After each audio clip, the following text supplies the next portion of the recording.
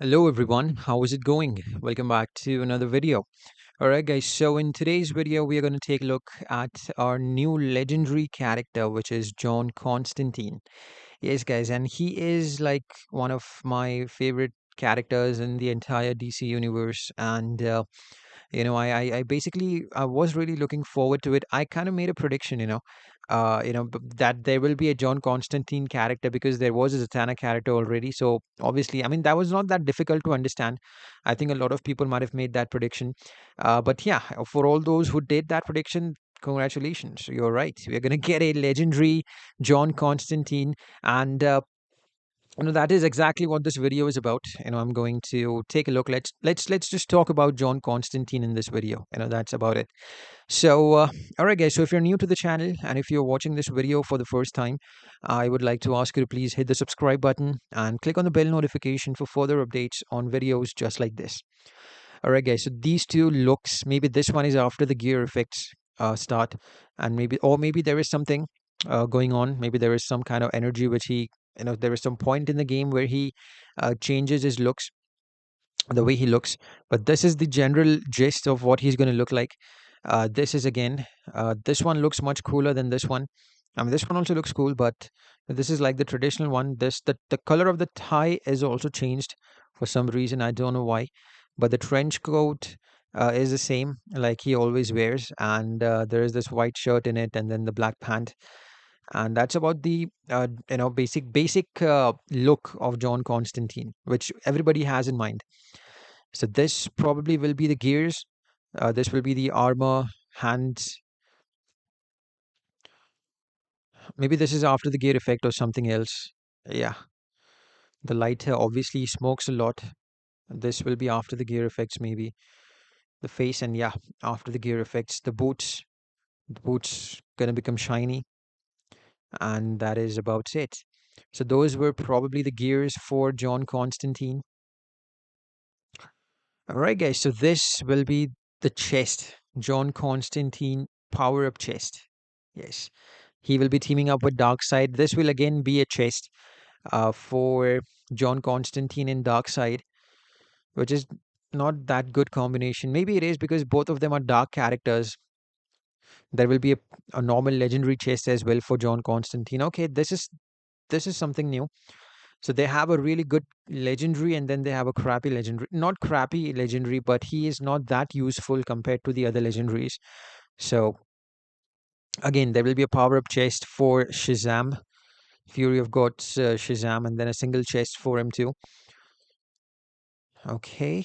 All right. All right. So now we just not are going to get the legendary character, but there will also be a solo raid for John Constantine, and John Constantine is going to have a solo raid. Now, these are the artifacts, twisted artifacts. I'm pretty sure that's not going to be the name. He might have forgotten to edit this or something.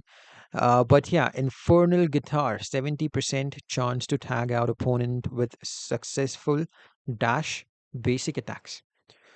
Okay, so like it's saying that if you dash with an opponent, he's having 70% chance to tag out.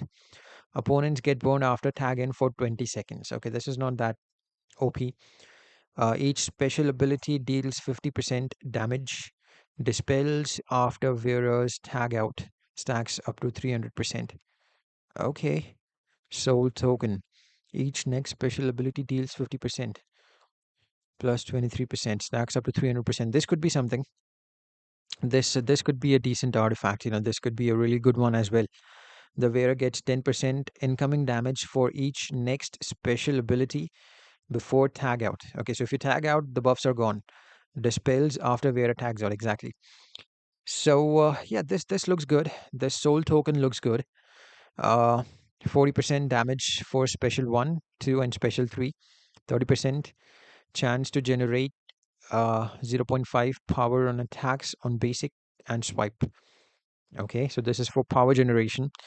40% special abilities damage. 30% chance to get additional 0 0.5 power bars with each successful basic and swipe attacks. So this one that you see, the brackets, is for level 1 artifact, and the 40% is for the level maxed out artifact. So that you need to understand. It's mentioned over here. So this is all level 1. This is what stacks you will get when you unlock the artifact at level 1. Okay, guide needle. Okay, let's see how this is. Negative effect from the wearer on successful special with the chance that increasing by 10%, 5% on level 1 for each power bar spent, 30%. Okay, this is not that good. Protecting necklace, DOT and stun, critical hit resistances on wearers, tag in and tag out. All right, stacks up to 30%. It's 30, I'm sorry, not 30%. Oh yeah, I'm sorry, 30%. For each 5 stacks, the wearer gains 1 power bar on tag-ins. Okay, power bar. The wearer gets an additional stack of 4 tag-ins and 4 tag-outs. All right, this is still okay. It's not compared to the soul token. Soul token was a nice one. Yeah. I hope that soul token is the main solo raid artifact because it's great. It looks great. Successful special abilities inflict DOT for 10 seconds, which deals 30% damage for the wearer's attack stat for each combo meter. What? Stacks up to 900%. 30. Let me read it again. Let me get this thing clear, okay? Successful special abilities inflicts DOT for 10 seconds. Okay. Which deals 30% damage on maxed out artifact, but on level 1 it will deal 12% damage on the wearer's attack stat for each combo meter. Stacks up to 900%. So let's say if your damage is somewhere around 1,000, I'm just giving an example. If you have 1,000 damage stat on your character, then it will increase as you are doing increasing the combo meter, and it will stack up to 900%. You just do not need to you know break the combo meter, and the stack goes up to 900%. So even if the combo meter goes above 40, it will increase the damage, because it will increase the DOT damage for that's what they said. Successful special abilities inflicts DOT, and then which deals 30%. So damage will eventually increase. If your combo meter breaks, then you got to start all over again. So maybe you can try using this artifact on a character which is combo interruptible, like Batman characters, Bane characters, Scarecrow characters. This could be something. Now let's hope that this artifact works as they have said it will. 30% fast attack chance on DOT affected opponents. Okay, this will eventually increase the damage buffs pretty fast, because 60% fast attack chance is a lot of fast attack.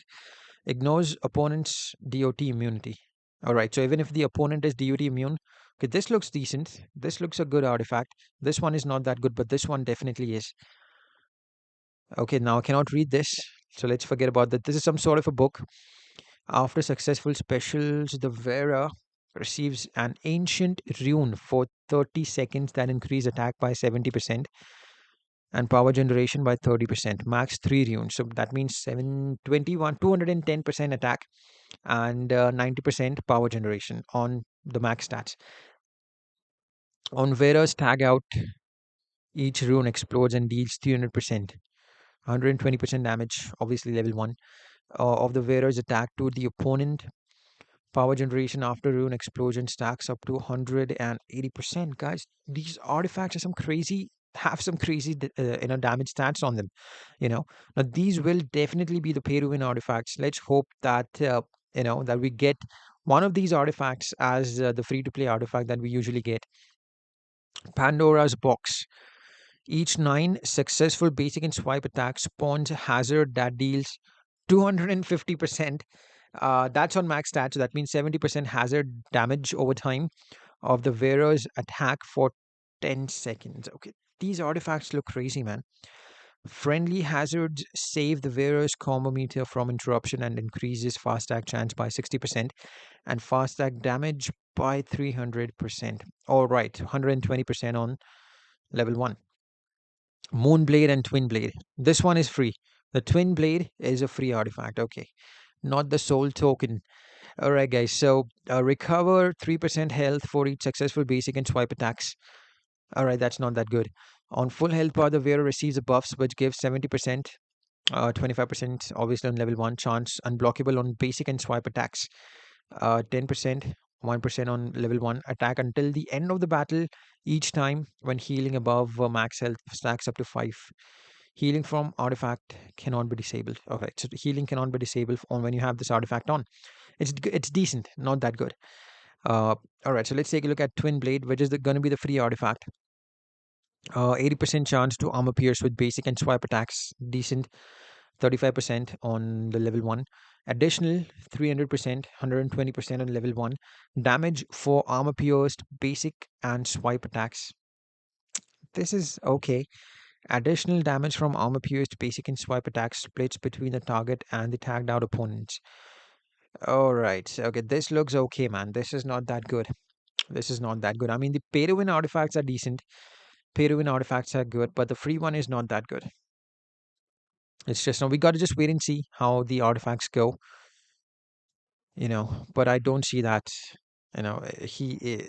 these artifacts, the free one especially, is not that good. All right, guys. Now, John Constantine's passives. Let's hope that it is exactly it's mentioned over here. Successful specials used by John mark the opponent with a hell mark. This debuff turns all healing into a DOT and prevents resurrection. All right.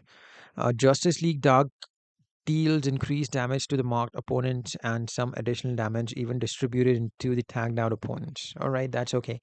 Inflicts Hellmark on successful specials and super move. Hellmark transforms heal to DOT. We just read that. 160%, 40% on level 1. Damage for Justice League Dark teammates. Specials against opponents under the Hellmark influence, and 80%, 20% on level 1. Damage spreads between. Okay, this could be decent. 160% is decent. Okay, it's not great, it's decent. He will be obviously a damage dealer when we take a look at passive 1. Passive 2 is I'm sorry, I cannot read that. Okay. John's Fury incinerates opponents under Hellmark. Obviously, Hellmark looks like an important aspect when it comes to John Constantine. You need to apply Hellmark consistently in order to get the most out of John Constantine. The higher the combo score, the higher the chance to apply burn on the opponents. All right, that's not a big deal. He deals more damage to wounded opponents, further boosted by Justice League Dark. All right, minus 70% damage, minus 70% chance to inflict burn. 70% chance to inflict burn. I'm sorry, I said minus. For 15 seconds, an opponent with Hellmark for each combo meter. 80% basic attack damage for each absent 5% health of the opponent. All right, basic attack damage for each Justice League Dark teammates is 40%. 10% on passive level 1. All right, all right. Constantine, well, passive 2 is decent. It's not that big, great. Now you got to take a look at passive 3. Constantine and his team start the fight prepared and always one step ahead of their opponent. Constantine's magic allows his team to gain energy faster.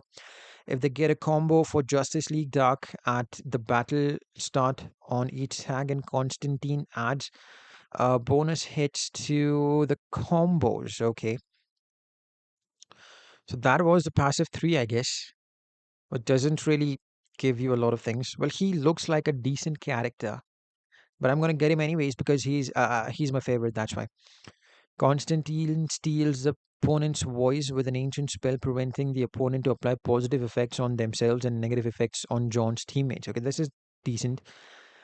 Constantine casts a spell that removes all positive effects and shields from opponents, dispels positive effects and shields from the opponent. All right. All right. What's the difference between these two? I don't see really big differences between these two. He will remove all positive effects from the opponent and negative effects from the John Constantine's teammates and inflict silence for 14 seconds. Means the abilities probably will be disabled or something. And the same stupid thing over here. Constantine casts a spell that removes all positive effects and shields from the opponent. What's the difference? I don't see any difference. Alright, Constantine summons a demonic sword that hits the opponent 3 times. The damage of the sword is higher the more negative effects on the opponent. 20% damage for negative effects on the opponents. Alright, could be something. Constantine draws the seal of gates of hell under the victim, releasing a huge fiery tornado after opening the gates of hell. John steals the attack value of the victim and in the opponent's team, reduces opponent's team's attack by 20% and adds it to Constantine until the end of the battle. Okay, this is something, if in case your character is having high attack, then you can steal 20% of of that attack and add it to your character for the entire duration of the battle. All right, guys. So that was John Constantine for you guys. Let's hope. Well, in a general idea that he will be a damage dealer, yes, but he looks okay. He looks like a decent character. Now we just got to wait and see how these passives work out. If they work out quite well, then yeah, obviously people will go for this character and buy his chest.